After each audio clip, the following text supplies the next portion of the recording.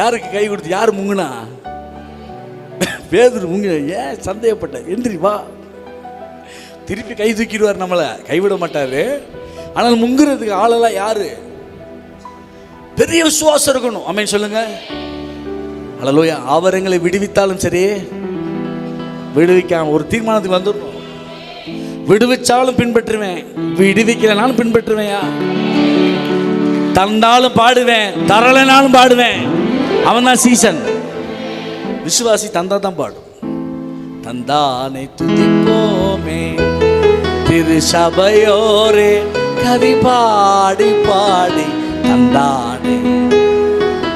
என்னோடு கூட பாடுகள் பட்டவங்க, என்னோட பாடுகள் என்னோடு கூட இருந்தவர்கள் நீங்களே. என்னோடு கூட 12 சிங்காசனங்களில் அமர்ந்திருந்து 12 கோத்திரங்களை நியாயம் விசாரிக்கிறவர்களாய் உங்களை நான் மாற்றுவேன்.